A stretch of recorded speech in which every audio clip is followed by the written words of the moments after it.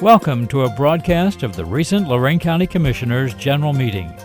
Unless otherwise announced, meetings are held Wednesday morning at the Administration Building, 226 Middle Avenue, 4th floor, downtown Elyria. These are public meetings and you are invited to attend. Agendas are posted prior to the meeting at www.loraincounty.us. Click on Departments to see the Commissioners page, then click on View Agenda. Well, good morning, everyone. If you'll please rise for the Pledge of Allegiance. I pledge allegiance to the flag of the United States of America and to the republic for which it stands, one nation, under God, indivisible, with liberty and justice for all. And good morning, everyone, and welcome to the Lorain County Board of Commissioners meeting for October 2nd, 2019. Our inspirational word for the day comes from Proverbs. In the end, people appreciate frankness more than flattery.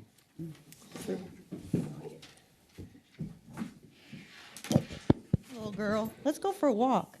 Oh my gosh, she is so sweet and precious, and she's going to make somebody a great pet. She's available at our dog kennel today, so after you leave this meeting, go over there and pick her up. Aw, look, you could just drag her around and mop your floors with her, whatever. You know, she's just she's really sweet. So come pick her up if you want to see our other dogs. You could check us out on Facebook page. Thank you.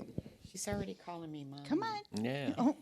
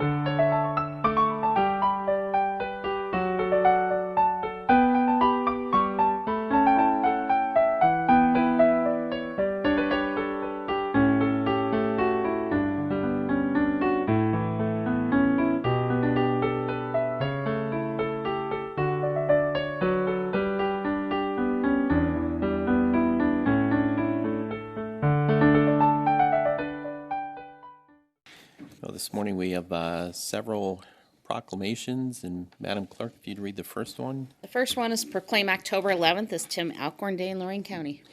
And we have a celebrity in the house here, Tim Alcorn. We're going to call Tim forward. If you please come to this podium over here, we'd like to recognize you this morning. Had the opportunity to know Tim for a long time. We were just talking about going back to actually the 1980s when we worked together. I don't know if many folks in Elyria remember the old TV 35, the cable TV station, which we jokingly said was kind of like working at Wayne's World. We did everything kind of on a shoestring budget. But obviously you've had the chance to watch Tim progress throughout his career and now reach his dream job. So we wanted to bring you in today to recognize you, Tim, for your accomplishments throughout life, and then this latest accomplishment. I'm sure there'll be even many more to come. Soon we'll see you on the national broadcast, I'm sure, doing all the NBA stuff. But so in the matter of recognizing Tim Alcorn in Lorain County, Ohio, Tim is a graduate of Midview High School, 27 years in broadcasting. Recently received his dream job being the play-by-play man and radio voice of the Cleveland Cavaliers. Tim started as a sportscaster in Northeast Ohio in 1985, beginning his career at WOBL. You also had to play some country music in addition to doing sports, or did you? News and sports. News and sports, okay. And he's a alumni of Kent State University, Golden Flash, right? And Lorain County Community And Lorain County Community College, right. Okay. Joined WEOL in 1992. Of course, we need to point out You can also find WEOL at 100.3, right? On the FM dial. He also is a member of the Elyria Area Umpires Hall of Fame. They could have used you last night with the balls and strikes being called in that playoff game. Tim has served as co-host of Countdown at the Cue for the Cavs and From the Dugout for the Indians. He also previously filled in as play-by-play announcer for the Arena Football Cleveland Gladiators and as a pregame, halftime, postgame studio host of the Cavaliers Radio Network, which includes flagship station WTAM 1100 AM and WMMS 100.7 FM. I mean, he will now be heard in 48 states and half of Canada, right? By being on a 50,000-watt radio station. Tim is a 3-time winner of the Ohio Associated Press Best Sports Broadcaster Award, and he serves on the committee of the Midview and Elyria Sports Hall of Fame. And now, therefore, be it resolved by the Board of Lorain County Commissioners that we hereby proclaim October 11th as Tim Alcorn Day in Lorain County. We were trying to decide whether we were going to choose the official opening day of the season or the first exhibition game. But we figured since that first game in Detroit is on October 11th, that we would make that Tim Alcorn Day. So all the broadcasters in Lorain County get the day off with pay, and you'll be working. So. I heard we get tickets to the game. Right, exactly. Yeah, we got to travel to Detroit, I guess, right? So, but would you like to say a few words, Tim? Well, my time in Lorain County certainly isn't coming to an end. It may be on WEOL, although we were talking on the walk over. With 82 Cavs games, I may be heard more on WEOL in the next 6 months than I have in the past. Right. But no, it's been a wonderful run as far as working radio here in the area. Lorain County will always be a part of me. Met my wife here, and our 4 children went to school here. So Lorain County is certainly embedded in me. It's in my bones. So, but I'm obviously incredibly excited about moving on to the next chapter, but I'm honored by this and I'm humbled by this, so I thank you very much for your kind remarks. Okay. Well, we'd like to come down and present this to you and take a picture so we can say that we knew you when, you know. So. Oh, I knew you when. Thank you very much.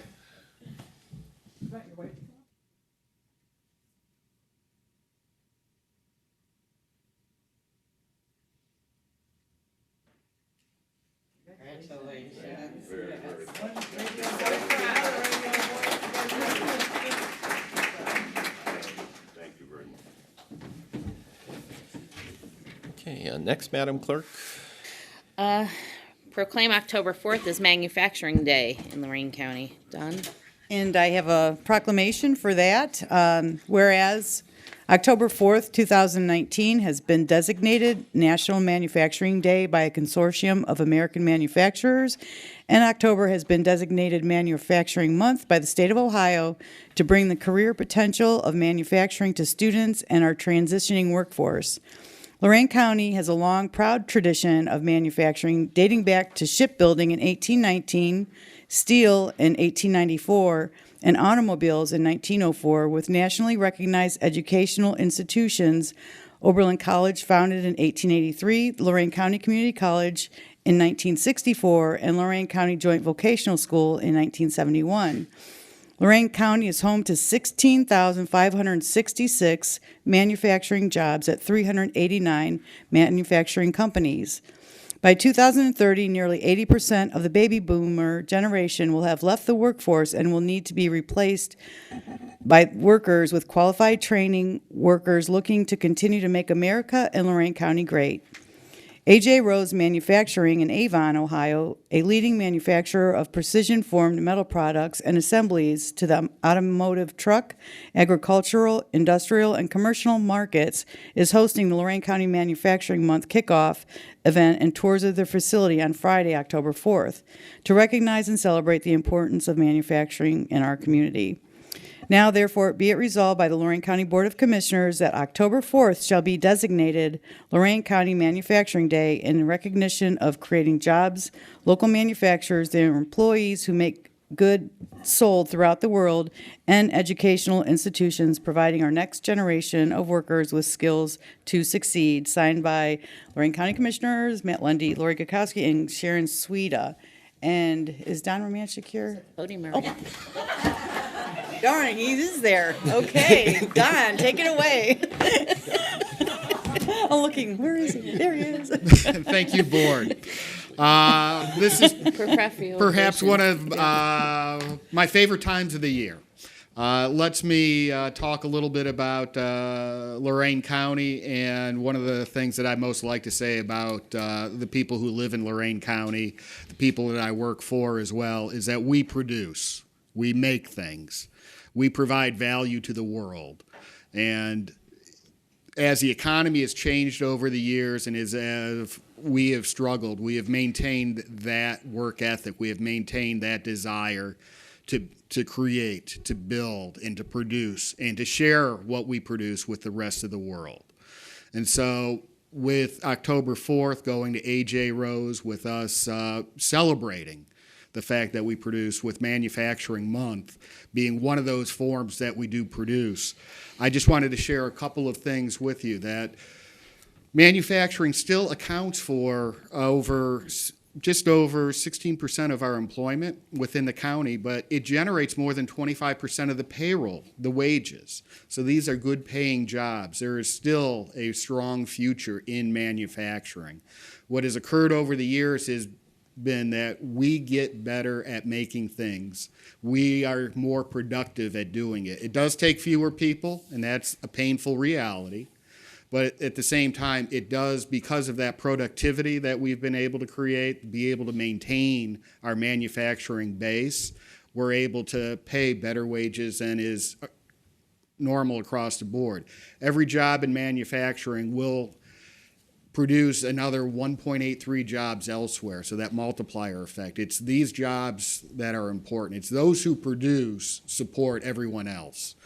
And so with that, I'm grateful to be able to spend a little bit of time with the board over at AJ Rose and throughout this month as our staff and members of the Growth Partnership go into our communities and into our schools to reintroduce manufacturing as a career, a proud career, and to continue the tradition of our county.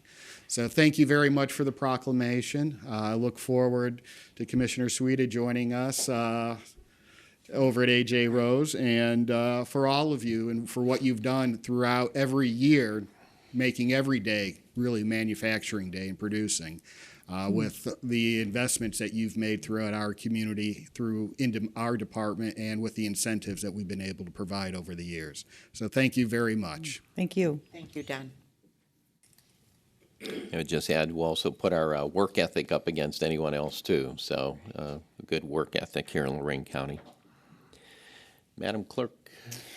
Okay, next one is celebrating 100 years for Lorain County Beekeepers Association and Denzil St. Clair, which used to be our apiary years ago, and then also our new apiary, Jon Reichel, is here as well. So, Great. If you'd like to come up, gentlemen. Yeah, John, if you'd like to come up as well too. On behalf of the Board of Commissioners, we're happy to congratulate you on your 100th anniversary. It seems like there was a lot going on in Lorain County in 1919 because we've had so many 100-year anniversaries this year, and the Beekeepers Association is one of those organizations. I think it's important to remember that while there are 369,000 flowering plant species, 90% of them are dependent upon insect pollination. And we know that our pollinators, our bees, are definitely in fear of extinction. Things that we have that are affecting those are our pesticides, our change of land use, as well as climate change. And we want to recognize the work you're doing to preserve the bee culture. So on behalf of the Lorain County Commissioners, we want to congratulate you on your 100th anniversary. Our board commends you for raising awareness of the importance of honeybees as pollinators while promoting the vital practice of beekeeping. Would you like to add anything? I'd just like to say that I'm glad that I was not a part of the original founders of the organization. but at the same time, I've been an active member for the last 30 years. And we'd like to also show appreciation to the commissioners for your support of the Lorain County Beekeepers Association and our inspection program. Thank you very much. That's all. John? Thank you. John? You set up for me? All right. So thank you. Could you, could you share with us, I guess, because it's really important to people to know about the status of the bees in the country and the concerns that are being raised.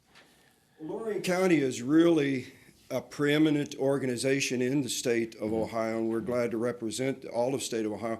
But you're correct in saying that beekeeping and honeybees are very much in jeopardy every year.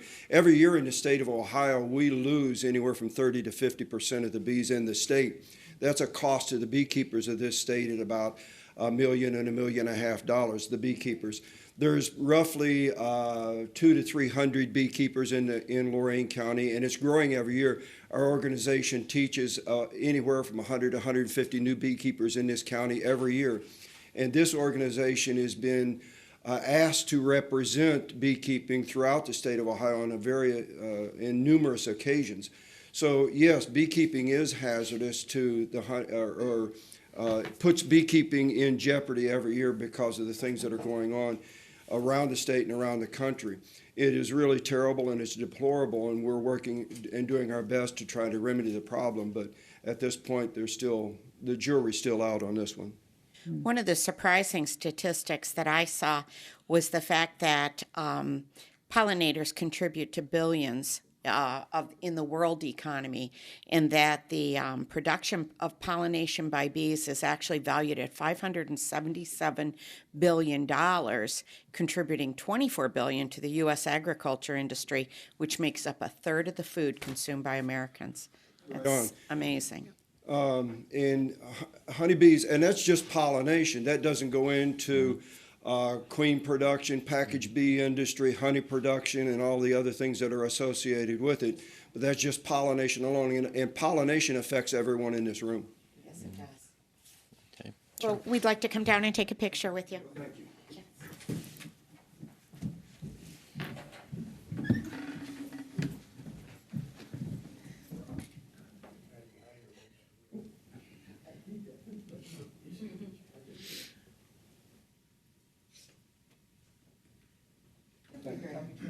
you. Thank you.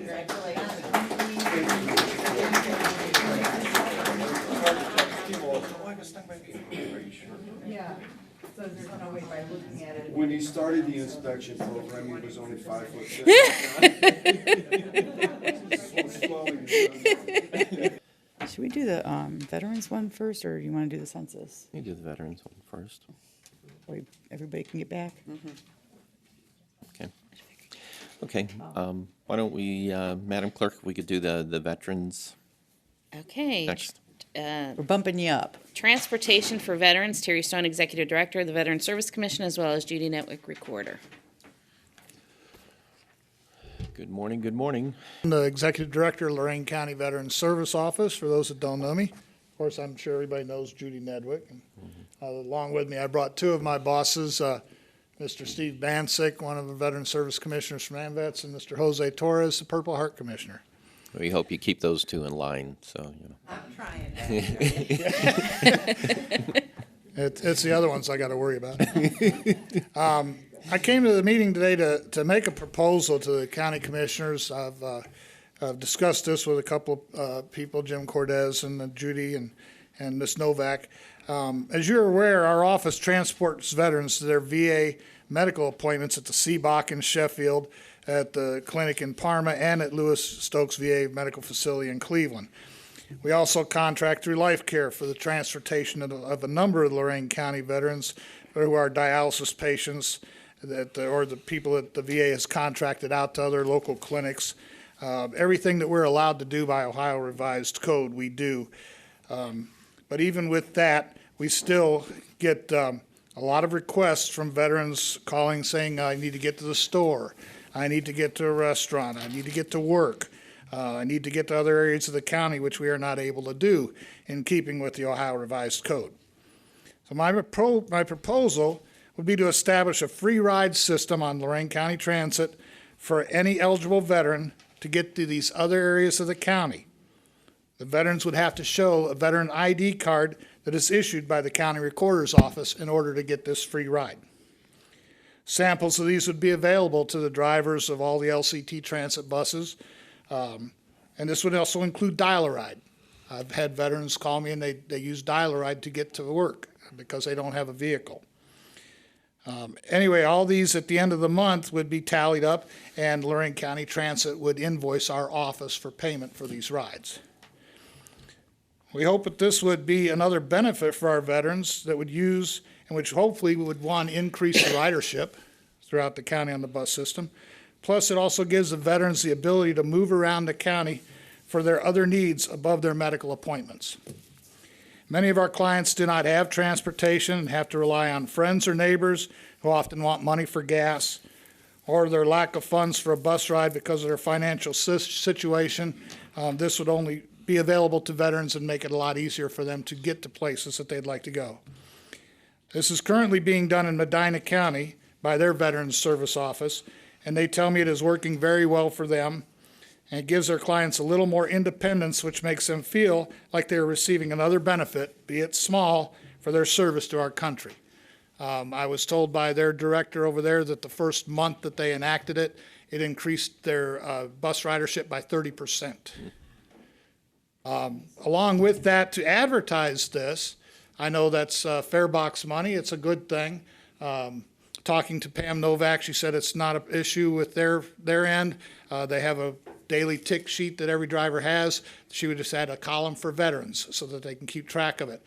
The other thing to do is to advertise this effectively for a couple months before we start it, and my advertising would be done on the Lorain County Transit buses, which would be a plus to the county, because I think for every dollar that I spend advertising on the county buses, and there's some kind of help you get, Jim? Matching money, yes. Yeah, I was dinging. My apologies. There's nothing like dinging.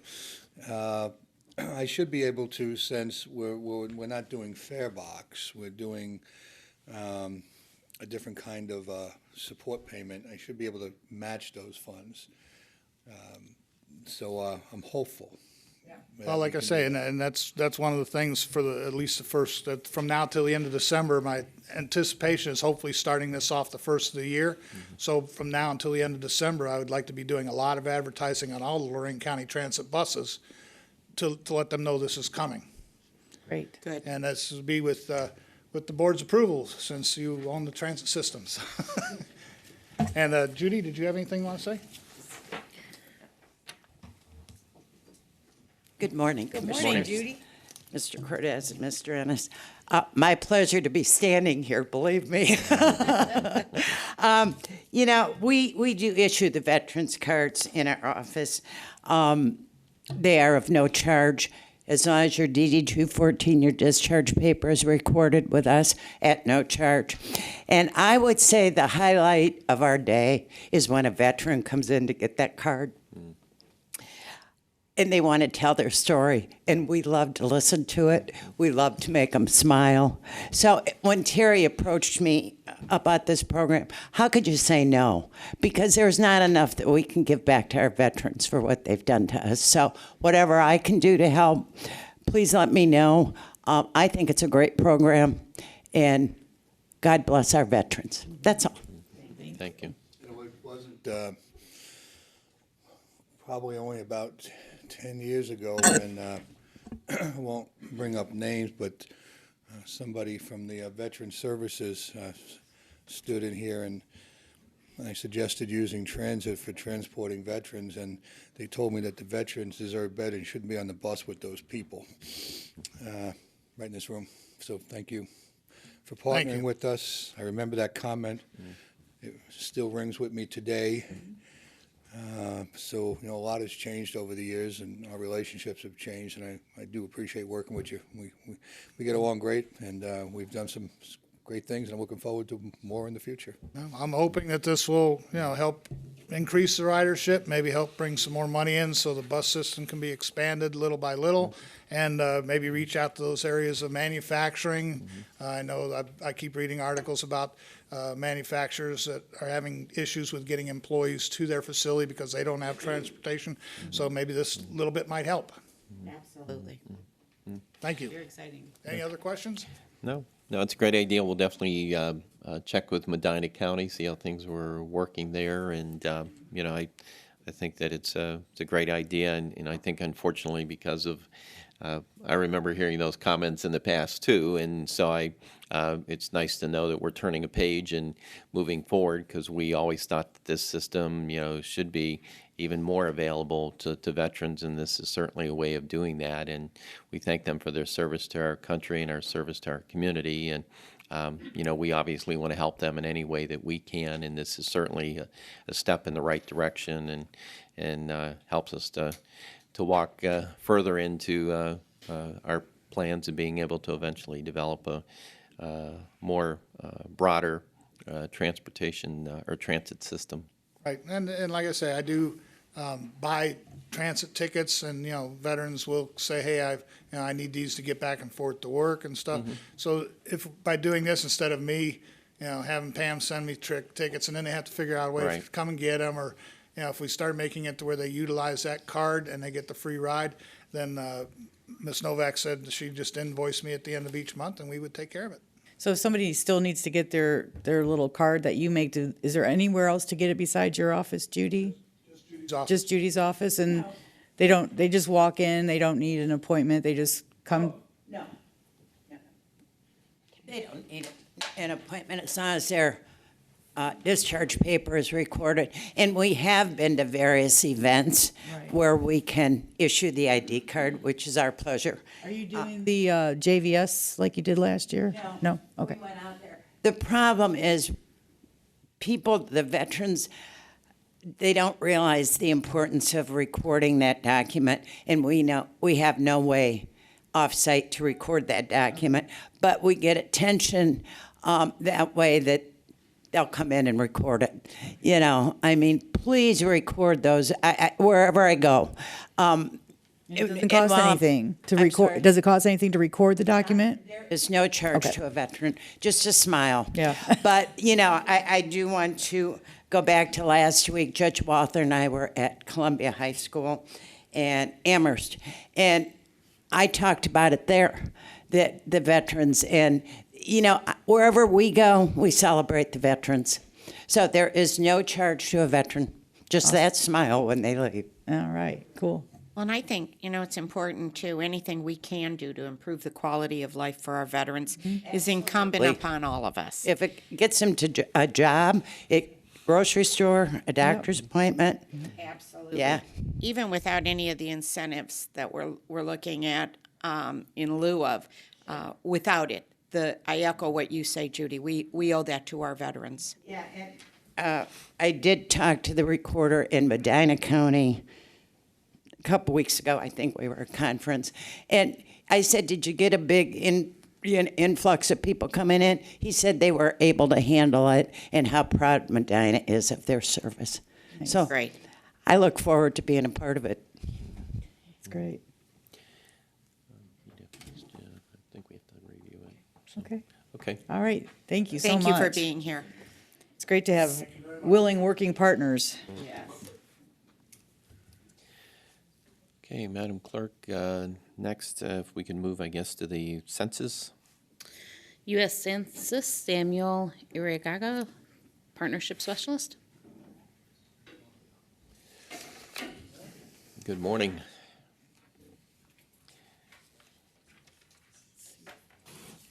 You're going to be a busy man this year.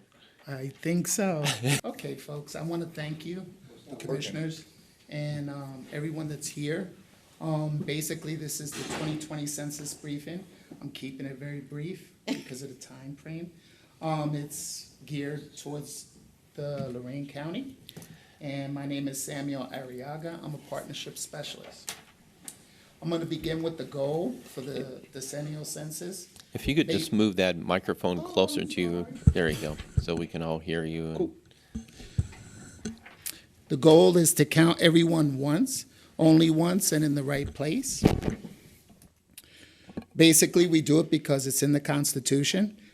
Article 1, Section 2 of the Constitution basically dictates that we should count the population every 10 years.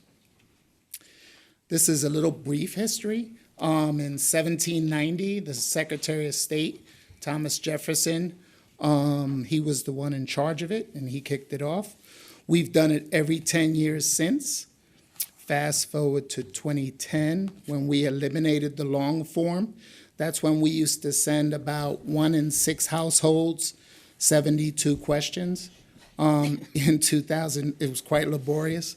In 2005, the Congress thought it was so important that they legislated that we do a continual count. So that kicked off the American Community Survey, which is sent to about 250,000 households nationwide every month. So it gives a constant footprint of what's going on in the country.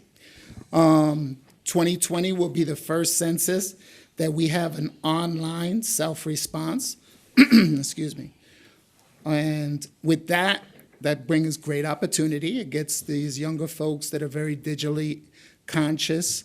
It makes it easier for them and everyone else who's tech savvy to respond to the questionnaire. But also there's a great digital divide with some people who are not as savvy on a computer.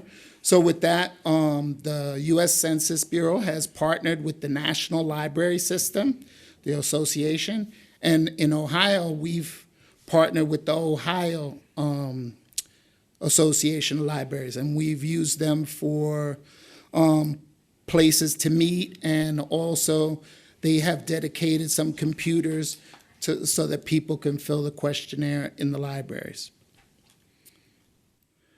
There are 4 main uses for census data, and these are them: apportionment, redistricting, funding, and planning. I'll cover each separately. Here we have the congressional seats. Basically, this is the representation that we have before Congress. Those states that are colored in gold, they actually lost seats.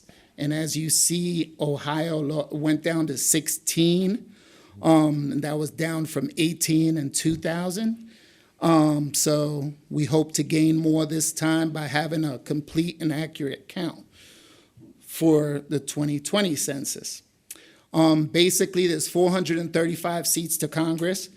Every state gets 1, and once those 50 have been exhausted, based on the count in a given area, a formula is done to distribute the remainder. So it's very important to get a complete count. Redistricting. Basically, once the census completes, the 2020 census provides the President of the United States the results. That will be by December 31st of 2020. April 1st of 2021, the states and the local officials will receive their counts, and they use them to redraw the boundaries of congressional and state legislative districts, basically adapting to population shifts. This is the big one. I mean, no matter how rich or poor, money makes the world go round. And there is $675 billion in federal funds that is distributed throughout the nation. And this comes strictly from count. The more people in an area, the more money that community gets. These are some of the examples: SNAP, WIC, housing, pre-K, Head Start, school lunch, school nurses. Basically, free medical clinics, federal funding for the highways, and just everything else that you could think of, grants and that receives federal fundings. It's all dependent on a good count. Basically, it's also used, the second one is planning.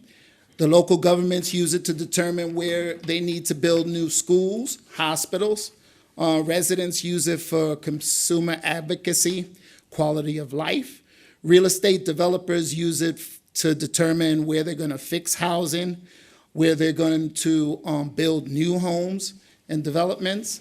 Businesses also use it to determine where is the best places to build new factories, stores, McDonald's, give it whatever, and to create jobs.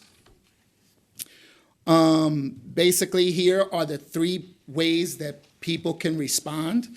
Like I said, first time for online self-response, either by mail with the questionnaire that you're going to receive in the mail, most people, or by phone. So nearly every household is going to receive one. 95% of the households will receive it by mail. 5% that have, some people do not have receive their mail at home. They have a P.O. box. The Census Bureau does not deliver to P.O. boxes. So we'll have either a census worker or, well, it'll be a census worker bringing it to their home. Less than 1% of the households that are like in remote areas of Alaska, Maine, Indian reservations will have a census worker actually go out there and count them in person, a census worker. Here, this is a very busy slide. I have one of these in those packets that I gave out.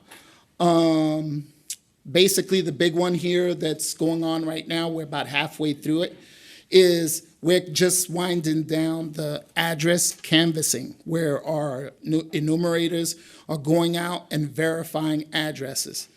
Basically, it should end, it was started in August, and it should be completed sometime in October. The next one up on the top that's pretty notable is February. That's where we do our group quarters count. This is where we're going to count the college dorms, military bases, penitentiaries, group homes such as senior assisted living, and any place that they live together, missions, outreaches. And one thing I wanted to point out here, April 1st, a lot of misconception. April 1st is Census Day. That is our reference day. So some people will receive the mailer they're going to start the mailer in March 12th. They'll start mailing out at 1 of 4. The questionnaire is based, when you answer the questions, is as of the reference day. Where were you? Because some people won't respond till May or June. Those be part of our non-response. These are the historically undercounted groups. These are the ones primarily why I got hired for Lorain County, because these groups are undercounted. Under 5, basically the age group 18 to 24, these are young people that are either, they left the home, they're going to college, or they just started working, but basically they just don't basically self-respond. Veterans, for whatever reason, some of them, non-English speakers, immigrants, persons with disability, seniors, and shut-ins. So this historically undercounted group is one of the reasons we use this tool, the Response Outreach Area Mapper. It is available to all citizens on 2020, actually census.gov. I believe it's on 2020 census.gov also. It is free, anybody can use it. A lot of our partners and Complete Count Committee members use it as a tool. You could go in there and pretty much figure it out, but we also offer training on this if anybody would like it. One of the biggest things is confidentiality and privacy. A lot of people are apprehensive on giving out their information. One thing to note is Title 13, Section 9 of the U.S. Code. Basically, it says that we will keep any citizen's personal identifiable information confidential.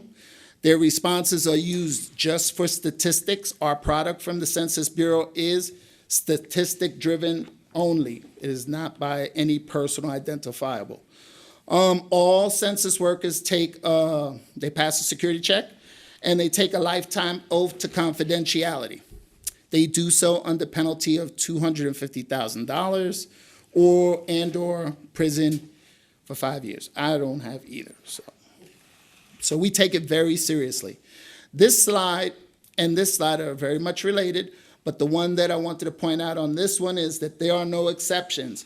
We do not share information, personal information, with other agencies like Border Patrol, Immigration, law enforcement, the IRS.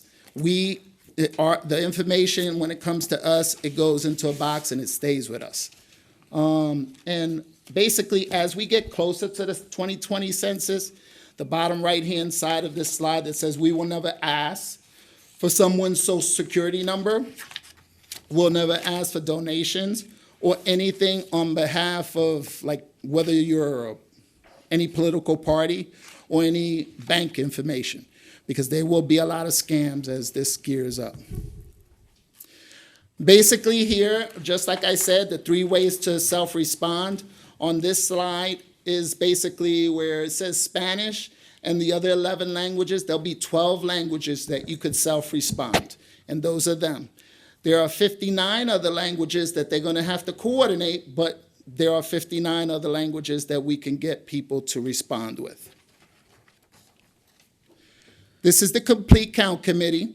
Basically, the census is looking to collaborate with local governments, organizations to set up a CCC, if it's feasible. That represents a broad range of community interests. Volunteers will play a major role in census outreach and promotional activities for its community and its members. These are the 3 phases. I believe the education phase has been extended throughout the year. And the biggest thing is there's people from Washington and Philadelphia. I'm from the Philadelphia region. The local citizens will be more apt to listen to people from their communities rather than somebody from Washington, even though I live in Arriaga. Successful census communities and CCCs, basically the reason the response rate is a whole lot better when the community is aware that it's coming. It's sort of like that road trip when the young kids are saying, are we there yet? Are we there yet? Here, when they keep hearing census, census, census, when they finally get the questionnaire in the mail, they'll be like, oh, this is what they're talking about. It's 10 questions. So, and the second point here about using the ROAM program that I spoke of, the low response scores. One of the things that I wanted to mention here was low response scores. That ROAM application, it'll have different colors on there. The darker the blue, the higher the low response score. That's counterintuitive. The higher that score is, the worse it is. Elyria has a very high, Elyria and Lorain have, those 2 cities have the highest LRS in Lorain County. And I'm working with both cities. Basically, we're looking for people to be employed because we're looking for people from the local community to work for the census so we can count their own communities. Form CCCs at multiple levels. Last week, today's Wednesday, last Wednesday, the governor kicked off the state complete count committee. And he's looking forward to 88 other counties participating one way or another. This is a sample CCC membership. I have a similar piece of paper in there that shows a sample. I think it's for the municipality. Every community is different. This is just a sample, but it gives you an idea of who should be on there.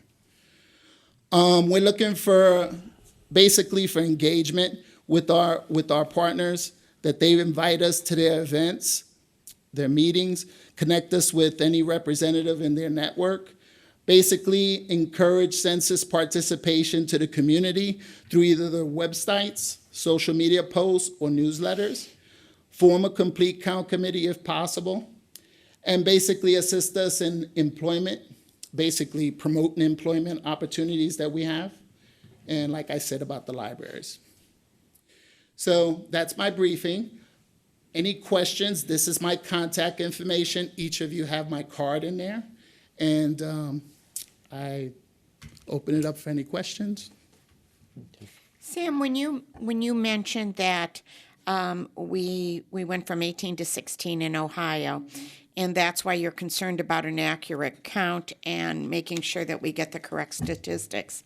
Do you attribute any of that reduction to miscounted individuals or oversight or an identifiable gap that we had?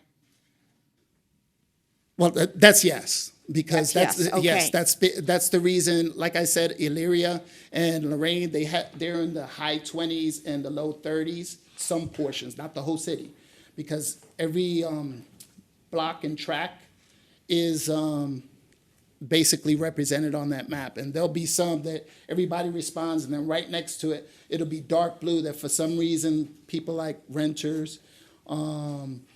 College students that live right outside of LCC that just, they don't take it seriously and they don't respond. Buildings where I live at, there's 24 apartments in my building, and the FedEx guy, if he can't get in, he doesn't drop off anything, and that's hard to count on April 1st when those counters go out. If people are not taking that questionnaire in the mail and self-responding, basically that's going to hurt our count. And if you put any number on that, say 2,000, because there was a study that we quoted, but we don't quote it anymore because we've been told not to. But it's in the vicinity of 2,000, some places more, some places less. That's 2,000 per person that's not counted for 10 years in your community. And it gets... It adds up. It gets high pretty quick. I forget. What was the second part of your question? I think I just basically wanted to know if you attributed that decline. What I wanted to talk about, I'm sorry, I just don't want to forget. No, that's the historically, like the undercounted, yes. the children under 5. A lot of times that happens, like me, the reason I moved here is because I have 8 of my grandchildren here. And at one point, we were living with them when we first got here, and now I've had my daughter and my grandchildren live with us. If that survey gets to me on April 1st, and I only mark down me and my wife, or I decide just to blow it off, that means me, my wife, my daughter, and my 4 grandchildren don't get counted. And in 2010, they were undercounted by 2.4 million. But what happened was they were overcounted, duplicated, so either a grandparent or a father counted them, and then the mother, they're split up, they counted them, so it was 1.3. So yet it wound up being a net deficit of 1.1 million. And that's children in the country. Especially knowing we need that aid money coming back. Yes, we do. Every community needs it, and it's very important. So I thank you for your time. Any other questions? Well, we're a very diverse county, and diversity is something we embrace in this county and welcome and feel it's a strength of ours. Unfortunately, leading up to the census, because of how immigration has become such a big issue, I guess the concern is that lots of families may go into hiding when they really don't have a reason to go into hiding, just for fear of the color of their skin possibly being questioned or picked up in some way. So I guess I'm asking you, how's that conversation going to go in the community, probably primarily more so in Lorain than other parts of our county, with those families to assure them that this will be kept confidential, that you're not operating for ICE or anything of that nature, that you're there just to gather information? Yes, I am actively working with Lorain City. They have actually decided to have a complete count committee. We probably would have already had their training, other than one of the individuals had a medical situation. He's the go-to person there. But I anticipate doing their training within the next 2 weeks.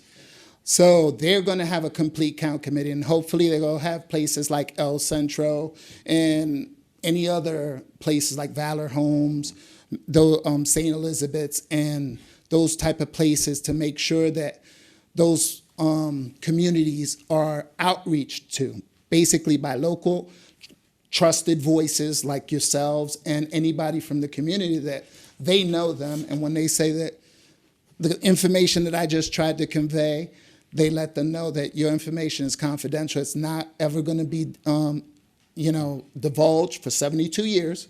That's one of the important things. I mean, 72 years. If I'm still around, man, that'd be something. But the question will not be on the survey. Well, it's not a survey; it's a questionnaire. The questionnaire has already been printed.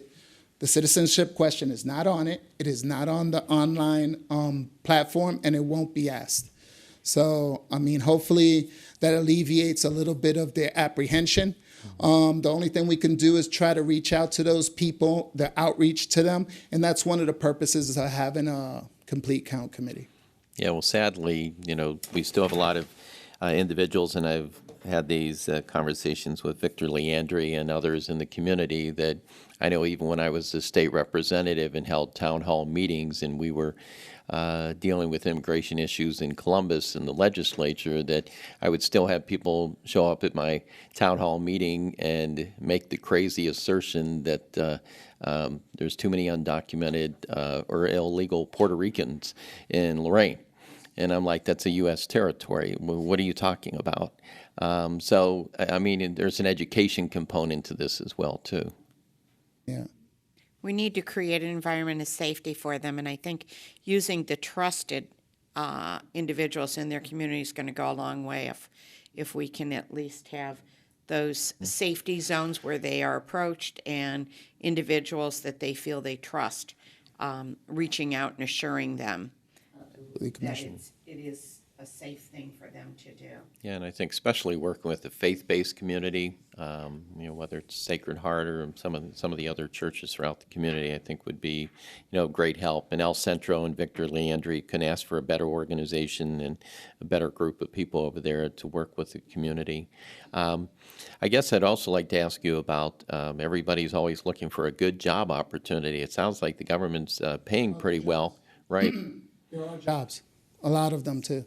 I'm going to, actually, the 20th to the 27th, that week where it's a national recruiting effort that we're doing. When I leave here, I'm going to go to the Urban League and see if I can get some type of, any activity that's happening that week or close to it.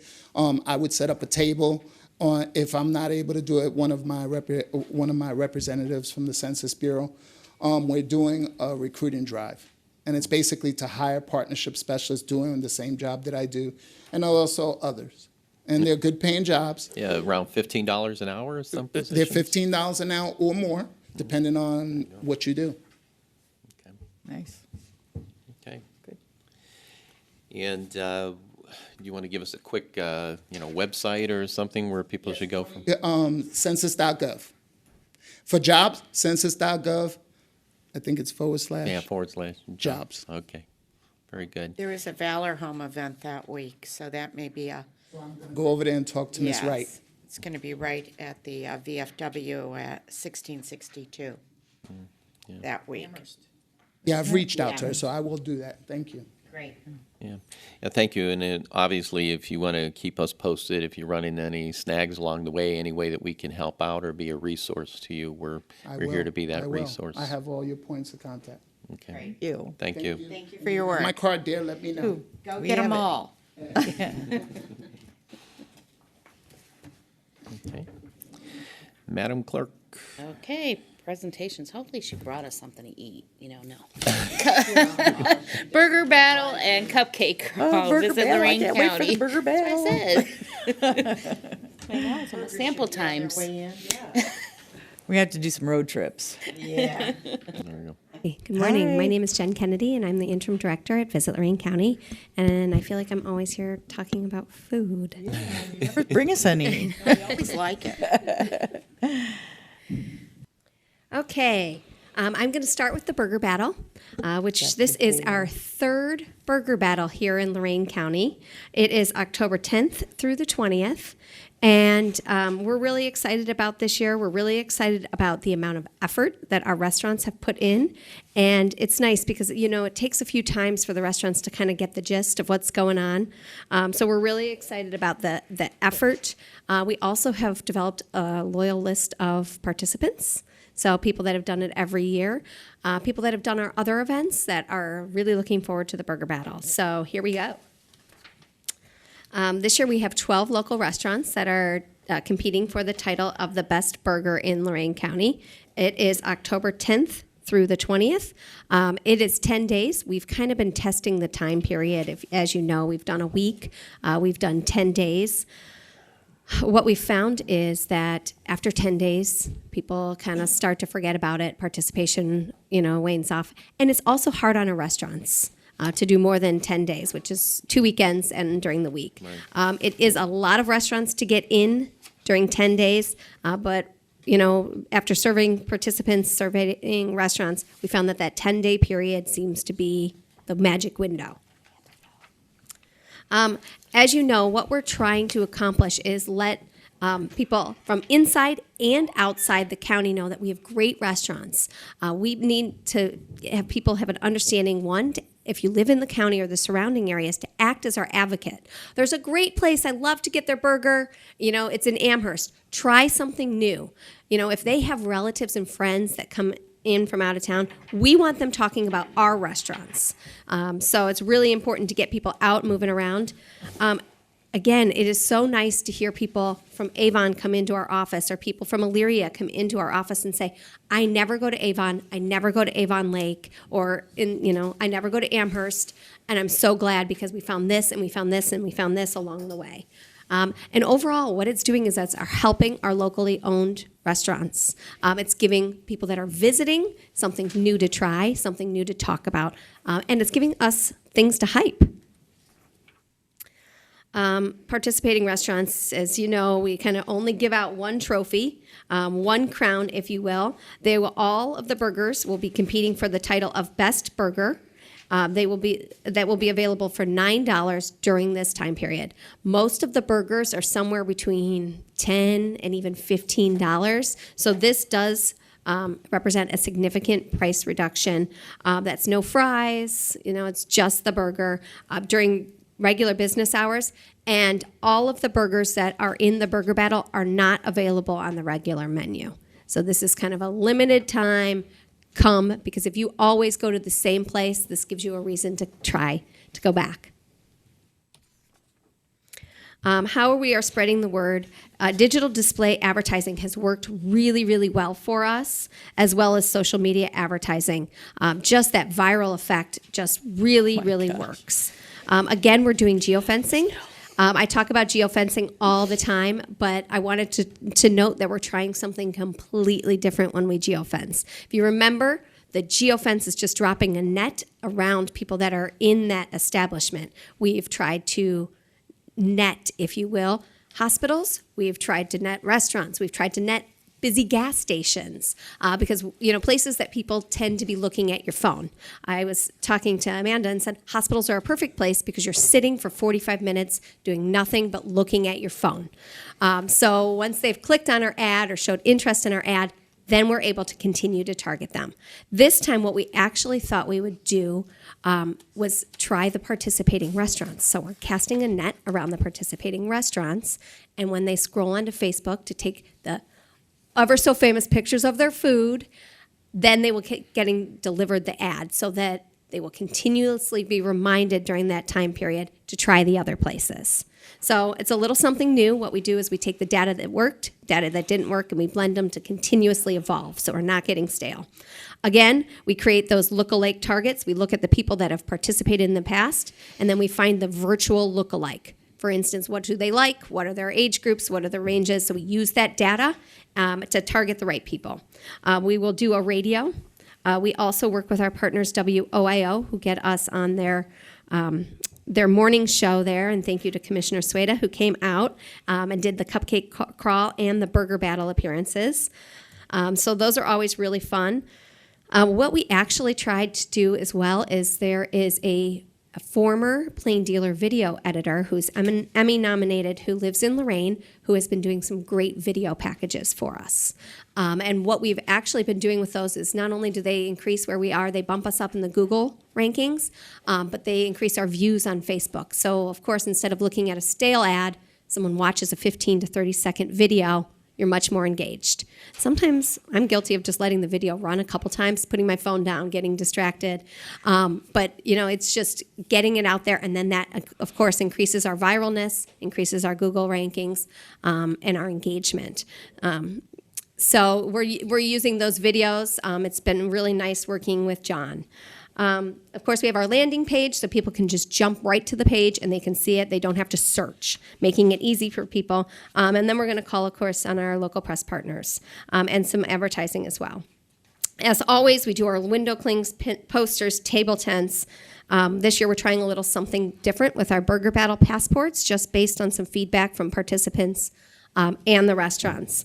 We will do a Q&A for the staff and then the ballots. Here are the participating restaurants.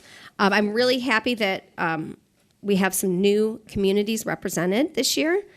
So as you can see, we've got more in the Grafton area. We've got Wellington, all the way to Avon Lake. So I feel pretty good that we have a pretty strong representation throughout the entire county. I will read them off here just so that we know, but we have Bootleggers in Columbia Station, Brickyard Bar and Grill, which was the former Sturks in Oberlin, Brew Kettle in Amherst, Bulldog Pub there in Grafton, which Jim, I think was your suggestion at the last meeting there. They are new on board. We have the Depot at Union Station, the Foundry Kitchen and Bar in Elyria, who's been a true and tried partner every year. Mutton Jeff's in Lorain, which is last year's crowned winner. Nancy's Main Street in Grafton. Parker's in Avon Lake, who has also been a participant every year. Red Iron Bar and Grill in Wellington, who, as you know, is our two-time winner of the King of Wings, so I'm anxious to see how their burger does. Sal and Al's Diner in Amherst, and Your Pit in Vermilion. No Bistro 83 this year? Bistro 83 is taking a break this year. Yep. Yeah, they've participated for 2 years. And we actually tend to see that with some of our restaurants. They come in and they come out depending on what's going on with their staff, how quickly they can pull their burgers together. I will say, as always, getting the restaurants to get us the materials is a struggle. So we had 2 or 3 restaurants that committed and just were not able to get us the burger in time. And so we had to say, I'm sorry, we cannot hold up our materials anymore. So that does continue to be a struggle. And I know that their staffing plays into that. So I do have a list of all of the different types of burgers. I'm going to kind of point out some unique ones. We do find that our participants choose the restaurants based on the burger. So we have been really, I would say, over-communicating, over-educating our restaurants to come up with their most creative, because people find that the restaurants they want to try based on the burger. If you look, Brew Kettle there has a wild boar burger. So that's a little different. It's a little unique, and I think it fits right into a promo that they're doing for the month. I like the Bootleggers is doing that Korean barbecue burger, which is definitely a little different. And Bootleggers actually joined us on WOIO with that burger because Mutton Jeff's was unavailable. So, and then we've got the West Side burger with kielbasa and sauerkraut. I'm not going to read them on. I encourage everyone to go to visit LorainCounty.com/burger battle to check them all out. The Big Daddy Burger, where you've got egg and bacon. Also the Meat Stacker Burger, and that's got smoked ham, pepperoni, salami, bacon. The Quad you passed Onion. one up that had 2 pierogies on it. That was last year. I believe that was Sal and Al's last year. Burger. West Side Burger. Oh, sorry. With the kielbasa. Yes. In the short rib, I mean, yeah, people went all out this year. The Quad Onion Burger there over at the Foundry. Am I keeping up? Pressing the wrong button. Mutton Jeff's, they have the Caprese Burger. Nancy's Main Street has the Supreme Pizza Burger. Parker's did a Firecracker Burger that's a little bit on the spicier side. Red Iron did the Whiskey Burger. There it's basically cooked with whiskey and onion straws. I do find Sal and Al's definitely unique, and they've got a Middle Eastern burger. So that sounds with mint and Syrian spices. So it sounds really interesting. Fresh grilled pita. Our friends over at Your Pit Barbecue are doing the Wiley Burger, and they've got some applewood smoked bacon, caramelized brown sugar. It sounds really great. So basically, how do you participate? It is really easy. You just stop into one of the participating restaurants. I encourage everybody to check the hours. And when you are there, you get presented with your ballot if you'd like to participate. Make sure to ask the wait staff. They should be presenting the burger battle and telling you that they're part of it. They want to win. You can always pick up a ballot at Visit Lorain County during our normal business hours, 8 to 4:30. We're on Amherst there, just south of the Turnpike. You need to stop into at least 2 participating restaurants. When you have ordered your burger, you get your stamp. I need to make sure that everyone is educated on the fact that 1 burger equals 1 stamp. If you share a burger, doesn't matter if there's 4 people, 2 people, 18 people, you get 1 stamp for 1 order of the burger. And this is really just to keep our accounting of our votes fair. We want to make sure that our competition is legit. We want to make sure that our restaurants trust us and that we're really not stacking the ballot or giving bigger restaurants a bigger advantage. 1 vote per person, and we do audit the results. So we'll randomly call people, randomly email people, and if we find that there's any information missing or not able to get a hold of anyone, non-working number, that vote is thrown out. So we do take it pretty serious. The title for overall burger is voted by the public. We, as the Visit Lorain County team, do crown the most creative burger as a consolatory prize. And then diners who provide all of their information and dine at 2 or more restaurants are entered into a drawing for dinner for 4 at the winning restaurant. Last year, it was really fun to see all of the people that went to all of the different restaurants. I mean, we had people go into 12, 13 restaurants in 10 days. So before I move on to the cupcake crawl, I would like to see if there's any questions or anything that I omitted to cover. No, I think we're good. Okay, I'm actually going to ask Amanda to come up. She is the champion of the cupcake crawl, so I'm going to let her speak to the cupcake crawl. Hi, good morning. Morning. Okay, so the Cupcake Crawl is in its 3rd year too. This year we've got Blue Rooster Bakehouse, Kelsey Elizabeth Cupcakes in Avon Lake, Kadrowski's in Amherst, Little Devil Cupcakery in Amherst, the Hive Cake Studio in Amherst, What the Cupcakes in Avon, and new this year in Lorain County is Classy Cakes by Yvonne. And we still have a Cupcake a Day in Medina and Wine Down and Sweets Cafe in Strongsville. So this year's prizes, same as last year, are T-shirts, and grand prize is a collection of $10 gift cards from each shop. So we're not doing the dry ingredient jars this year. How it works is you pick up your custom passport from any of the shops or from Visit Lorain County. You can actually download them from the website this year, and you take them to each of those locations. So 5 out of 9 stops, you can get your T-shirt. Complete 9 out of 9 stops, you get your T-shirt, and you're entered into the grand prize drawing. And it will conclude on October 31st, so it did start yesterday. And we've had, I think, 8 people complete it already in 1 day. So, yes, yeah. So, we are using advertising on Facebook. We have an event page. We have a landing page, and we did have a radio appearance on 104.1 last week, which I did myself. So 2 people, 2 people completed it before noon yesterday. They did their 5 out of 9 stops, and they got their T-shirts. I believe they did it the first year too. So we saw a couple people who have already done it 3 years in a row now. And there was a group of ladies that came in with their T-shirts on from last year, and then another group that there are fanatics. Those are cupcake pros. Yes, they are. We've also got, I think, fun this year. Something happens every year with it. Last year we had a gentleman who started at, I think, just before the shops opened, and he went around on his motorcycle, came in, did his stops, got his T-shirt. He was the first one to complete it. I believe he's actually from Elyria. And then we had another couple that came in with their dog from Youngstown. They stayed overnight, and they planned to actually complete the trail that day. Yes, they did. They came in from out of town. I haven't seen them this year, but I'm hoping that they're going to do it this weekend. And then there is new this year, which is fun, a group of bikers that are doing the Cupcake Cruise.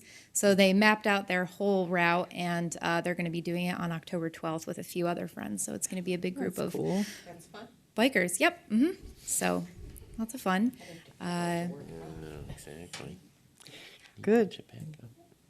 I think that's it. Any questions? Nope. Well, just thank you for all the work that you've been doing. I think for the folks here at the meeting today and for us, this is some form of torture. I don't know what the name of it is when you have to look at all these amazing burgers and cupcakes, but this is something when we went in a new direction with Visit Lorain County, is we wanted to also use this as a tool to be able to promote businesses, and I think it's a good thing to get people in the front door, get them into Lorain County, see what we have to offer, and hopefully they tell their friends, and then they visit and they stay and all those things. But this is it's always just been exciting. You and Jen have done a great job of taking us in a different direction, and we're just pleased to see the results that we're seeing. I'm going to take a shameless plug here. Let's talk about what's coming up after this now. Yes. We've got a lot going on, but actually I have to say thank you very much for your support, because it's really appreciated. These events are going over great, and people are really excited. We have the Shaken and Stirred Cocktail Trail. Starts in the fall, and that goes through the holidays. That went off great last year. It was really fun. Our friends over at Speak of the Devil in Lorain won the best cocktail in Lorain County, and we had small groups that actually visited every place. That was kind of their thing. I'm sorry. I hope not. We encourage them to make sure that they were drinking responsibly and to get rides through all of our campaigns. So I hope that it went out throughout the month. So that will be coming up in the late fall. Additionally, we already have our plans started for Mardi Gras. We are really, really excited for this year's Mardi Gras. We are bringing back Terrence Simeon. We are making the concert and the food showcase better than ever. That's how we're going to close the week. But last year we had 25 to 30 different partners offering specials. We have had partners come to us and say, how can I get in? So members or non-members, people that are interested in becoming a member, can participate in Mardi Gras by offering some sort of special, whatever it may be, a food special, a drink special, some sort of sale. We have actually had some shops that had a cocktail hour and offered Mardi Gras decorations and things like that. So we like to get creative. Last year we also had a window display instead of a parade, because in February you don't know what the weather's going to be. So we kind of use that as our display. So we have a lot of opportunities for people to get involved. We want the more people to get involved, the better. This is a county-wide initiative, and people are really having fun with it. I want to challenge our Main Street partners. I want to put some kind of grant out there for our Main Street partners, and for the best Main Street. I want to do something here. Amp it up. I want to amp that up. So if we can get the Main Street folks involved and get their merchants involved, maybe we can rate the best Main Street, the organization that brings the most energy, and we can do a grant maybe to the Main Street itself. Okay. I would like to applaud Main Street Wellington, Jenny over there at Main Street Wellington, who went out and personally recruited some of her shops to participate in Mardi Gras. So absolutely, we'll take that to a new level. It's been the year of Wellington. Yeah, it is. I'm getting tired of hearing about them. But that said, we need to put the challenge out there and then reward them for the effort. So I want to talk more on that. And also, the food event's going to be different this year. We had some lessons learned last year from the food event, but we're going to have some excellent food, just like we did last year, just in a different manner. And also, I want to talk about having a pre-act that we haven't discussed yet, maybe a local boogie band or something like that to just warm up the crowd a little bit. this year until the main act comes through. And of course, maybe we'll get to see the dancing. Commissioners. Have you spoken to Dr. Ballinger about this? There is a dance instructor who would like to get involved. You just left your date behind last year. The spontaneity is It was the, fun. is the thing that really made that a lot of fun. Kind of a little shocking to us, but You were Yeah, Jim and I enjoyed watching some of the did. We were commissioners in the dance best- from the front row. we were So the best places. we know our limitations. we do. I Yeah. definitely do. That's for sure. But the tickets are going to be moderately and reasonably priced, so we can bring out. This is Lorain County's party. Yeah. This is about Lorain County and bringing people into our county, but also the people that live and work here. You have the dates already. I don't remember the date myself, but I know I always put you on the spot when you come here, so I know. you should be ready for it. And then you test my eyes and make me show my age here. The week will be February, approximately February 20th, and then the concert will be February 29th. So then right during the heart of Mardi Gras. And it's a great way to spice up the winter, the middle of the cold months, and boy, it's not cold inside the building that night. It's hot. Over 900 people or so last year. So it was a party to be at. It was a great party. It will be a great party. Our team has already had multiple meetings. So I expect that it will go off without a hitch. Just when everybody thought it was over and started to leave, he came back out and started playing some more.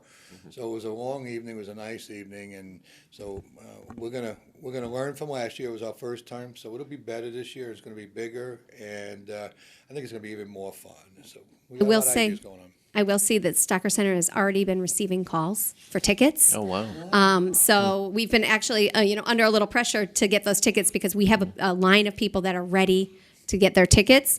So we have a couple different levels of tickets this year. If you're in for just the show, if you're in for dinner in the show, or if you want to make it experience, get a table and bring some We're doing companies. some sponsorships this year. We're doing sponsorship tables, things like that. As it grows, we'll need more assistance with the event. So it's a little bit of change up as we grow, but there's always going to be a huge amount of tickets that are very reasonable priced, so that people can afford to take the family out to this type of activity. Right. And then that's what it's about, because it's about having that access. But we are doing some VIP sponsorships this year to defray some of the costs. So it's going to be a lot of fun. And lots of prizes. We gave out great prizes. We flew in pralines from Yes. New Orleans. We had king cakes from Kokoski's. We gave out, I would probably say over 100. Let me remind you, it was the commissioner's staff up here putting all those baskets Yes, together they and did. wrapping them. Sandy's in the back of the room here, put last minute all that stuff coming up and making baskets for the giveaways and doing all of that. And so it was a team effort. Everybody was pulling on the oars pretty hard. This year we'll hopefully we'll prepare a few weeks in advance. It was right down to the wire last year. We kept thinking of things and adding it. Well, and we wanted to be on our toes, right? 29th of February. Yes. I want to get something on the website. 20th. Oh, this concert. It's the Something on 29th. the website saying, let people know it's here. Be prepared. Great. Absolutely. We're working on that. Thank you. Thanks for your support. You, great job. I honestly had no idea what to expect from that, and it was so fun. It was so fun. I still have the video of the blackmail you with. Yeah, all right. Every now and then those pop up on Facebook. Yeah. Right. Do me a favor. Well, after all the food and fun, now we got to get back to business. For real work. Okay. Now that we're hungry. Yeah, starving. Under resolutions, we have no investments appropriations. So moved. Second. Discussion. Mr. Lundy. Aye. Ms. Kowski. Aye. Ms. Sweda. Aye. Transfers. So move. Second. Discussion. Mr. Lundy. Aye. Ms. Kowski. Aye. Ms. Sweda. Aye. No advances, no repayments, requisitions. So move. Second. Discussion. Mr. Lundy. Aye. Ms. Kowski. Aye. Ms. Sweda. Aye. Travel. So move. Second. Discussion. Mr. Lundy. Aye. Ms. Kowski. Aye. Ms. Sweda. Aye. Bills. So move. Second. Discussion.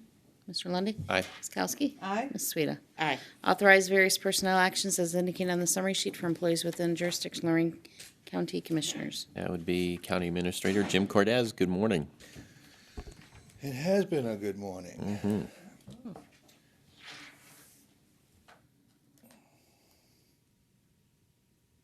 Well, I definitely need an executive session. Now, we started talking about our labor agreements yesterday, and I want to have more discussion on that this morning.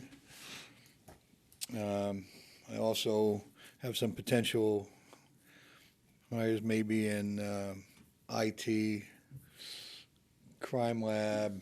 We'll talk about workforce development. Also, I'm almost finishing a purchase of real estate, and one pending legal matter, and also potential sale of real estate. All of those matters are allowable under the Sunshine Act for executive session discussion, so to ask at the conclusion of our regular board meeting, we go into executive session and we talk about those matters that I've outlined. Thank you. Authorize the use of course of general liability insurance instead of individual surety bonds for officers, employees, and appointees who are otherwise required by law to give bond before entering upon the discharge duties in accordance with the Ohio Revised Code 3.061 and House Bill 291. So move. Second. Mr. Lundy, Ms. Kowski? Aye. Ms. Sweda? Jerry, did you have something? Commissioners, could I make a comment on that? And Sure. I'm not sure if you saw my email on that.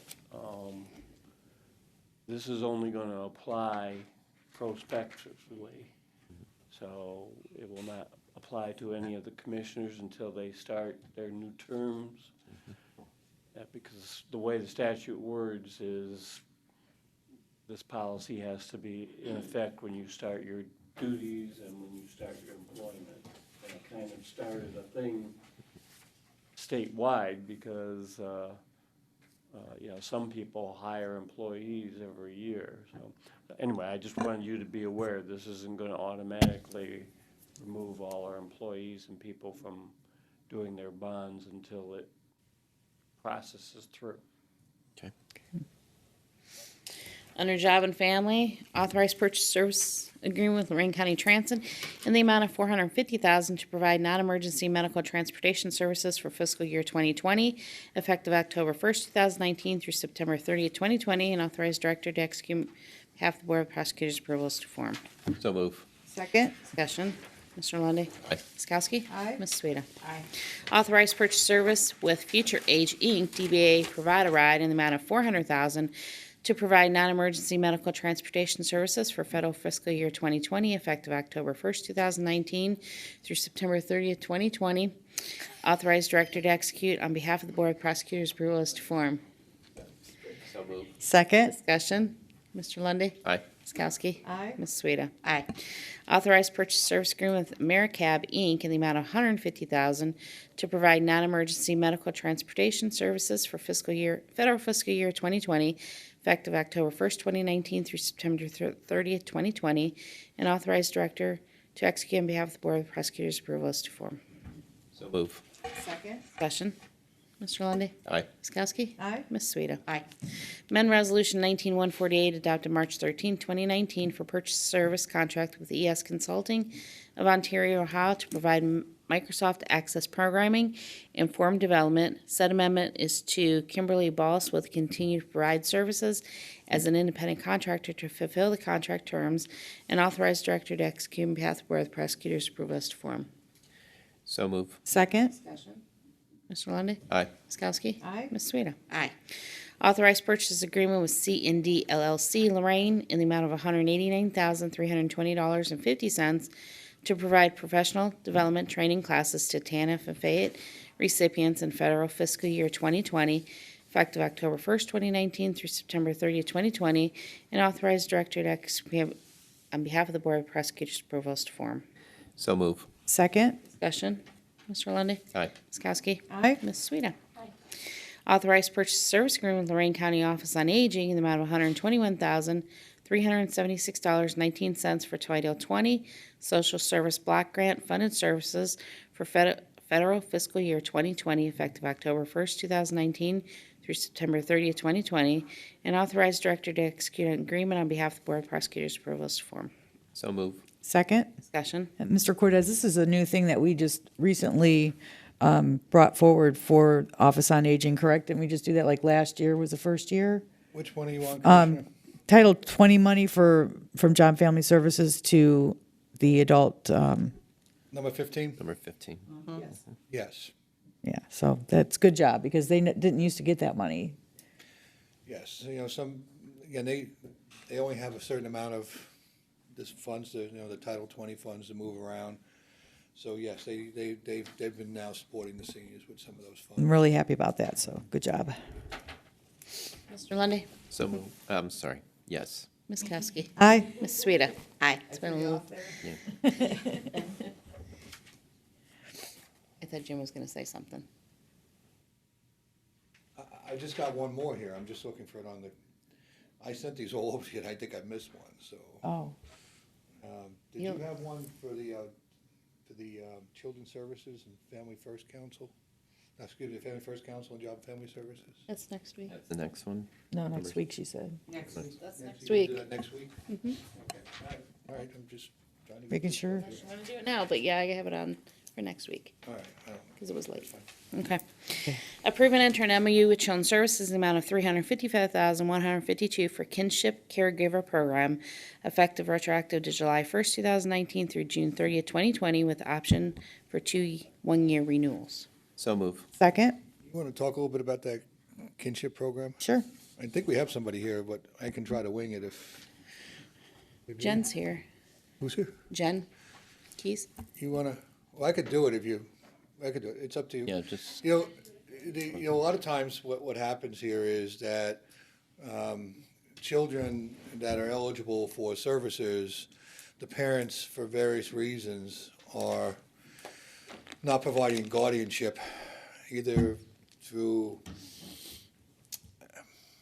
being MIA or being incarcerated or being Gone. Could be in rehab. For various reasons, grandparents are providing care, or family members. What this program does, it allows those children to receive the benefits that they would receive if they were in the home and were in the eligible home.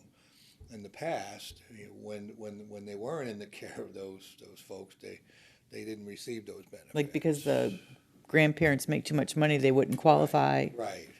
Okay, so it's really a unique program to aid people who take in children and other family members that would be eligible recipients of benefits, to take the burden off these generous people who pick up responsibility at times of need without feeling the penalty of not being able to access those services. And this is something a little bit different and a different look. And it works through the Children's Services, and there's all kinds of qualifiers that they have to go through. And the reason it's backdated a bit, it's been on my desk, and I've worked with, talking with them over there about it. And I should have moved this a little bit quicker, but I wanted to understand what they were doing with Children's Services. I think it's going to really relieve some of the burden on a lot of folks that are struggling. And a lot of that struggling has to do with the addiction that you guys have been talking about for a long time. So many family members have stepped in to try to assist families, only to find that they hadn't been able to access a lot of different services. So we're looking forward to this working for our community. It's great. Yeah, we hear. Did I explain that well? Thank you. Yeah, we hear these stories throughout the community where somebody says, "Wow, my sister's had drug problems, and now I've got to take care of her 3 daughters, and I certainly didn't budget for this. I didn't plan for this. I didn't have my house set up for this." Grandparents, this is part of the epidemic in the county and the fallout from the whole thing. And in addition to, babies being born with withdrawal symptoms, it's a very, very serious issue, but this is some of the behind-the-scenes stuff that people aren't aware is happening in the county, and that's why we've got to address the issue. Mr. Lundy, Aye. Ms. Kokoski? Aye. Ms. Sweda? Aye. Under solid waste, extend the contract with Green Wave Computer Recycling LLC of Indianapolis, Indiana for e-scrap collection and recycling services, and this should be year 2020, not 2010. Wow. I'm not going backwards. So moved. Second. Discussion. Mr. Lundy. Aye. Ms. Kowski. Aye. Ms. Sweda. Aye. Engineer, accept on behalf of Eaton Township the public roads in Mallard's Edge subdivision numbers 3 and 4 off State Route 82, Eaton Township. Receive the 3-year maintenance guarantee. Plat is recorded in volume 102, page 26, volume 106, page 49 of Lorain County Records of Plats. This loop township road is now completed as follows.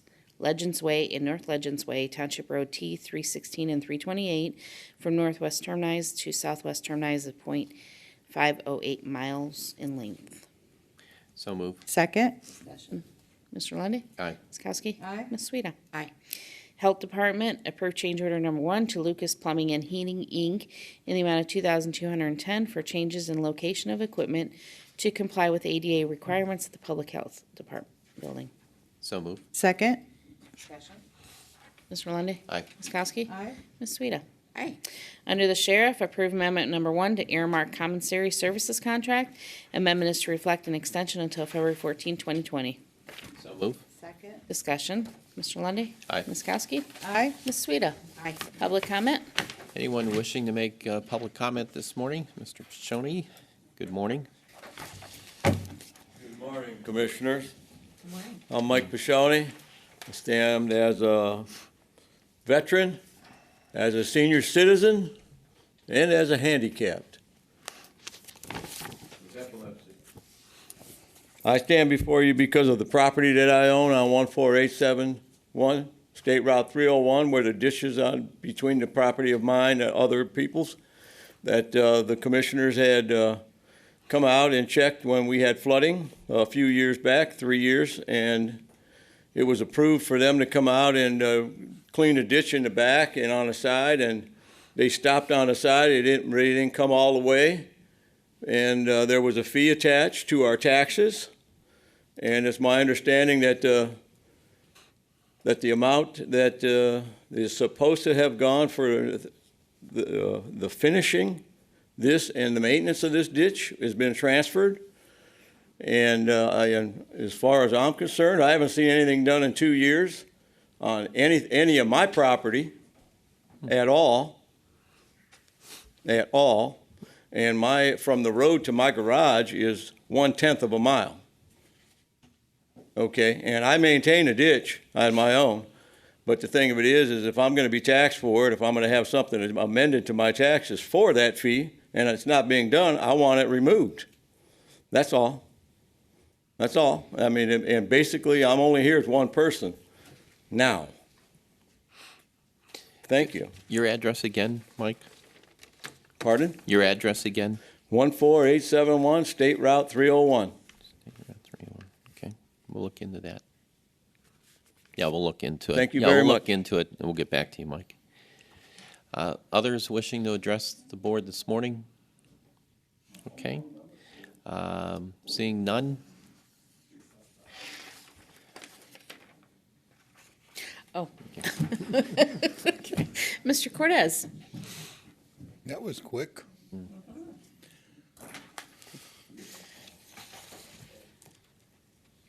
I'll explain that to you. Okay. We've had a long morning. I'll yield. We have a lot to do.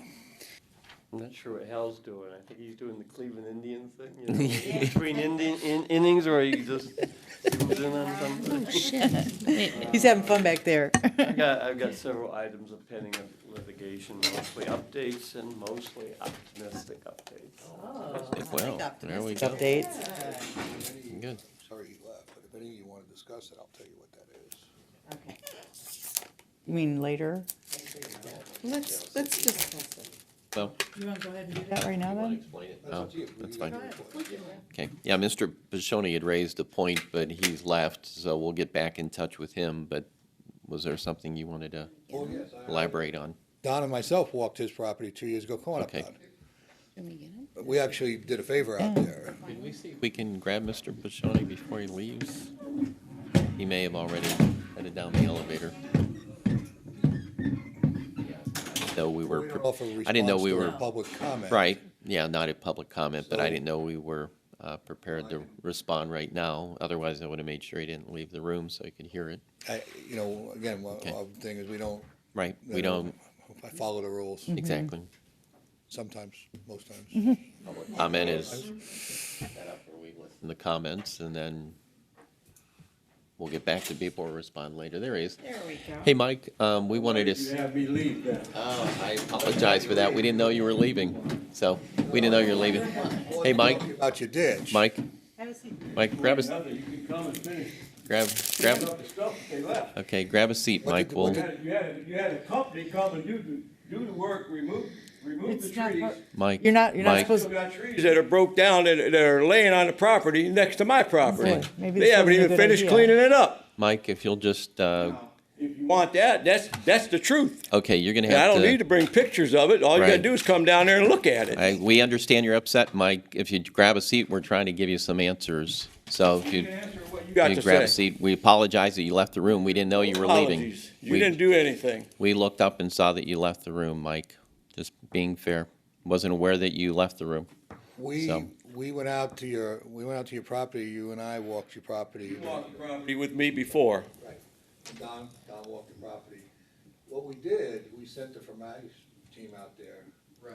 To, we called it a practice run. There was a lot of Formagis on the back end of the property. And this gentleman does take excellent care of his property, by the way, in the ditch on there. I do for an old man. I'm an old man too. We're both old. But there was some mighties way in the back. And then the team went back there and what did they do back there? To my recollection, they sprayed and actually had invited some of the township road supervisors. It was done as a demonstration project on how to control Phragmites.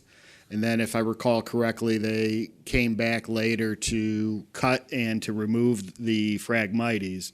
I'm not aware of any tree cutting or removal of limbs or anything like that they would have done. It would have been with backpack sprayers, weed whackers, and labor. Did they fail to remove the debris from the back when they did the Phragmites removal? Debris, but I still got whole trees that are down.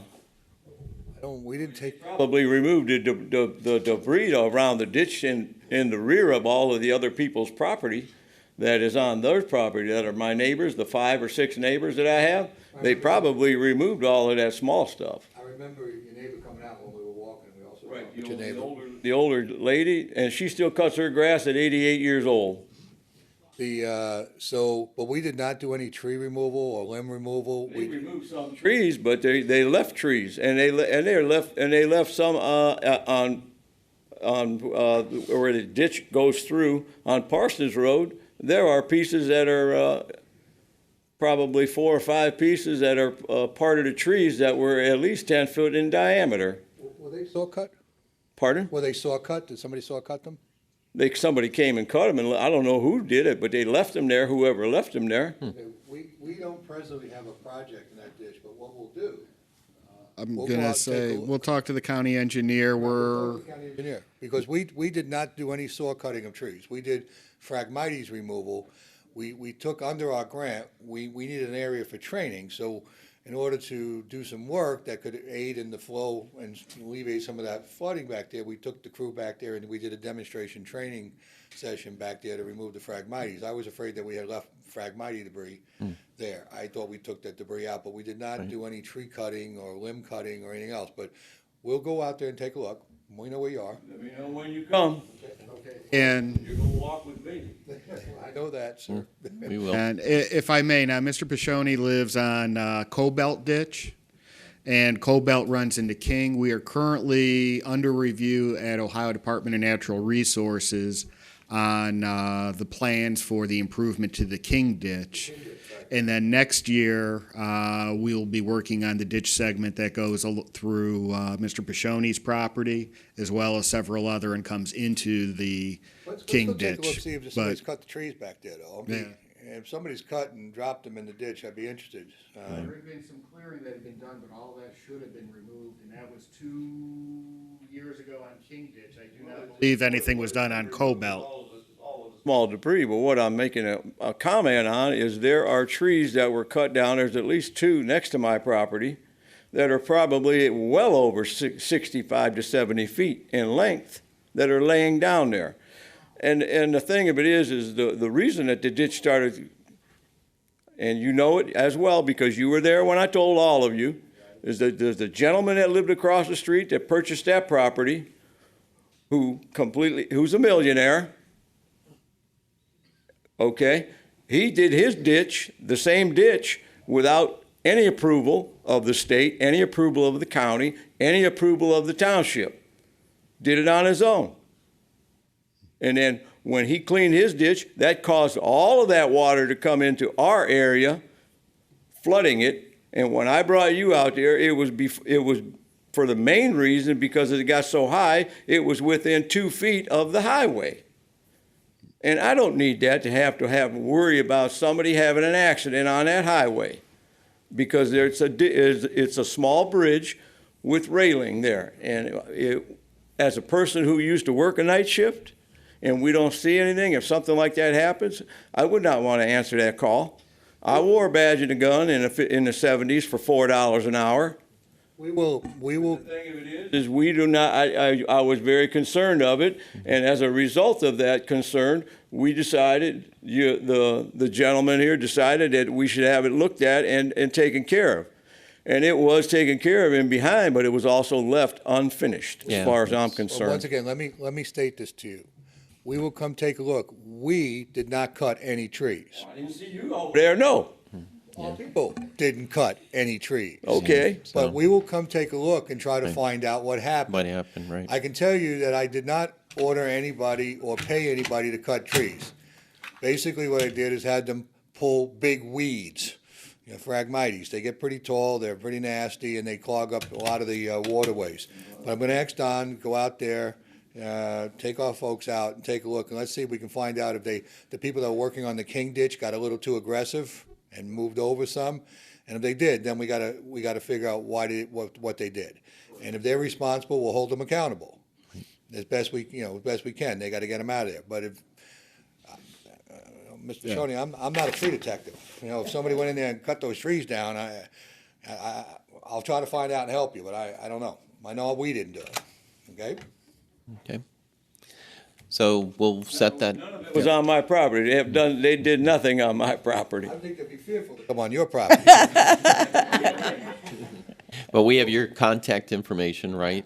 And Don will be in direct contact with you, and we'll set up that time to come up, take a look. What is right is right. What's wrong is wrong. If there's an Absolutely. in-between, that's what we're discussing, the in-between. Sure. Well, we want to make sure that The in-between. we will look into it. And, I apologize for you if I took too much No. of your time, but I No. want to thank you for Not your at all. time. Yeah, we apologize that you slipped out on us. We didn't realize we were going to address Something it. you so- don't know about and you so- didn't do. Okay.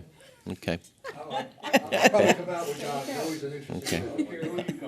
Okay. Okay. Let's all take a field trip. Mike, thank you. We'll be in touch. Okay. Breakfast. Okay. All Jerry right. gave us his update, so I guess we're ready for the To commissioner's me, report. okay. Ooh, What do we have? he said good litigation or Good good litigation. updates. Oh. Good updates. Some optimistic news. Yeah. We good. only have to give half of what we usually give. All right. Okay, so let's start with Thursday evening. We all attended a delicious fundraiser for Mayor Hunter in the heart of Lorain County at Sugar Creek in Sheffield Village. Had a great turnout. Food was excellent. Saturday, I attended the groundbreaking ceremony of the 12 new units for the Valor Home. They had a bike run and a fundraising to help raise money to complete the project, and I want to thank those who participated, especially Mike Farrar. He brought out about 20 adults, young adults. They're called ACEs. It used to be PACE. Yes. And they came out. They set it up. They served. They tore it down. They did everything. They did a really nice job. Let's see. Oh, they're having a fundraiser I want to tell you about. It's Oktoberfest at the VFW Post 1662, and that is going to be October 24th from 5:30.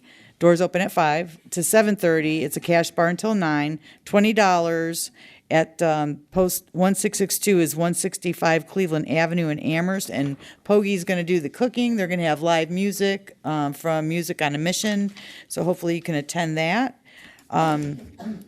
Sunday, Commissioner Sweda and I, along with Mr. Cordes and Dr. Ballinger, attended the Second Harvest Food Bank, where they had a big fundraiser at the facility on Baumhart in Lorain. It was overflowing with people, food from local area restaurant tastings, and it was a really nice event. They also had music.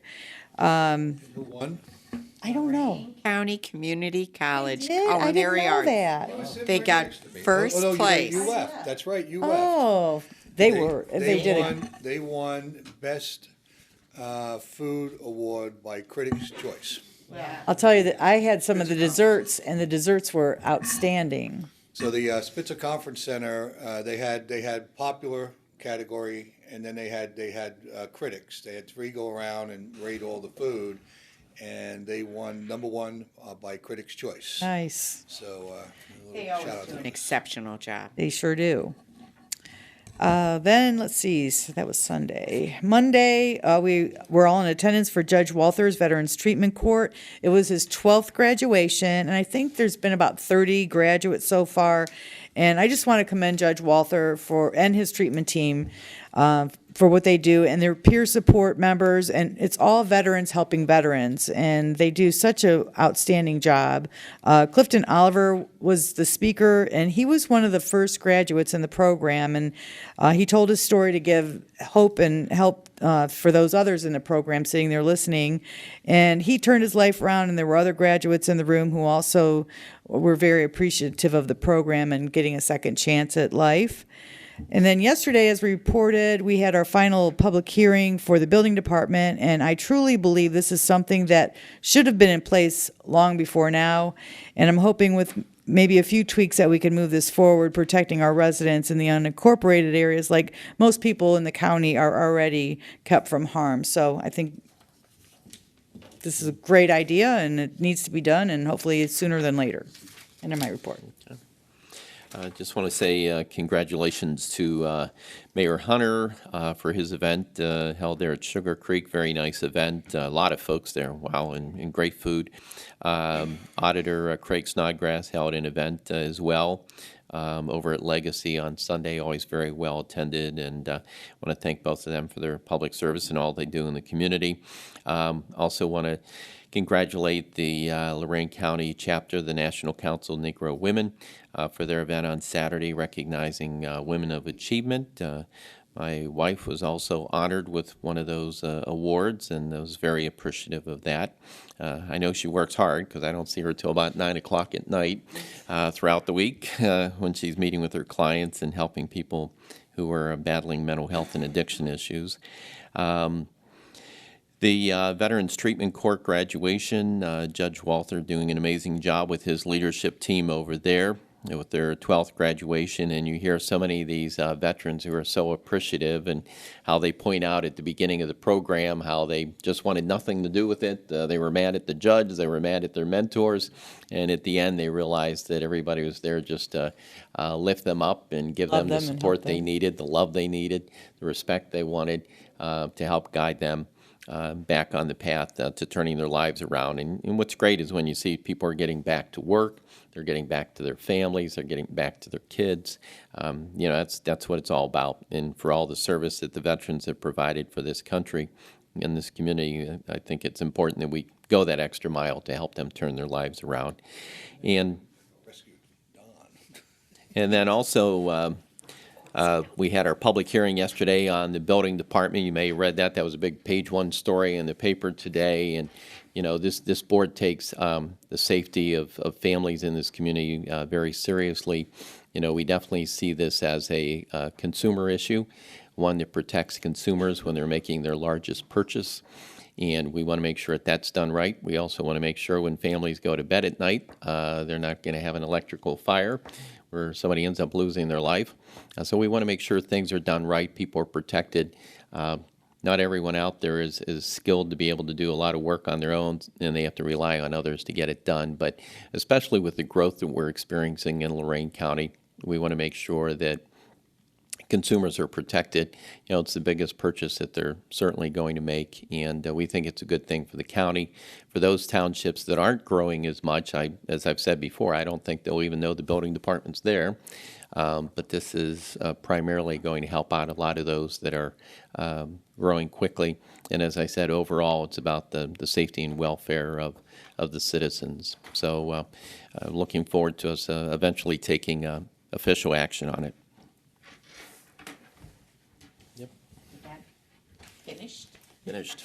All right. So Thursday afternoon, we had a meeting of our planning commission, and one of the things that we voted to approve some zoning on was for Blessing House, who is attempting to go into the St. Vincent property over there off on North Ridge Road.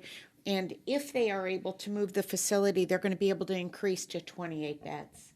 And they'll have a more family-style environment. They will have a playground for children, just a better facility, and be able to serve more families. In a discussion I had privately with them, they expressed the fact that with larger families, sometimes they're full now, just when one family shows up on the door. So very good organization, and I'm looking forward to the successful completion of that project. They're still halfway through it. On Saturday morning, I want to thank Tom Kelly, Jessica, and his staff, as well as Sheffield Village Police, Fire, and Rescue. They had a community emergency response event. And folks come out. It's always fun to see all the little children get in there and beep all the horns and run the sirens. But they had beautiful weather for it. It was a nice event. And I know that takes their Saturdays to go out and do these events, but it's important that people see the equipment and see the team. And they were also given handbooks on emergency evacuations and things to do in protocol for common emergencies and not so common. I did attend also with Commissioner Lundy the NCNW luncheon, and a shout out to his wife, Marva Jones, who was not only recognized, but she had her whole family there in support of her, which was very nice. And I also know Marva works very hard, very committed to her patients. I want to congratulate Lorain County Farm Bureau. They had another successful farm tour. This year it was good weather. And what that is, it's a self-guided tour where they have a list of farms that you can visit on your schedule. And it's a great thing to show young and old to see how these family farms operate. The first Latino festival was scheduled for Black River Landing. They did cancel because of weather. I believe they'll be rescheduling. And there was a family, the Kevinati family had a fundraiser steak fry on Saturday night as well to raise funds for, he had an accident and has lost a hand. And the money that they're raising will go a long way in helping him. Sunday morning was a carb morning because there were pancakes at Camden Township Fire Department as well as Metro Parks at Carlisle. Trying to space these, a pancake at each stop. And both of them did a nice job. The food was delicious. In the afternoon, there was a Warrington Spaghetti fundraiser in North Ridgeville at the VFW. For those who are not aware, the Warrington is a CO out at Grafton, and he was in a bad accident that he's not capable of even walking yet. So this was a fundraiser to help them raise funds for the medical expenses. And again, Second Harvest Generous Helpings was great, as always. We got out just before the wind and the storm really kicked in. Monday, the Veteran Treatment Corps, Clifton Oliver, big shout out to him. He really did do a very good job addressing the group. And as Commissioner Lundy said about how the folks get into the program, they're angry at the judges. I think my takeaway was one of them said, he told Judge Walter, I wanted to strangle you, but I didn't. And they go full circle and they leave the courtroom telling him they love him. So